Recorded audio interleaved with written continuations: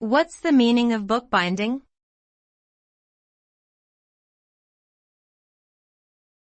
Bookbinding.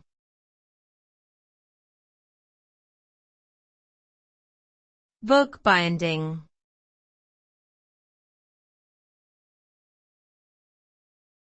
Bookbinding.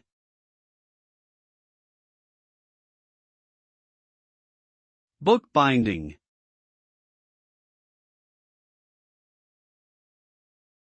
Bookbinding refers to the process of physically assembling a book from an ordered stack of paper sheets that are folded together into sections or sometimes left as a stack of individual sheets.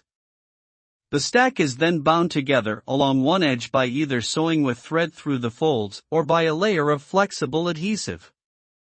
The result is a finished book that is durable and able to be read and handled without the pages falling apart. Bookbinding has been practiced for centuries and has played a significant role in preserving and disseminating knowledge and information throughout history.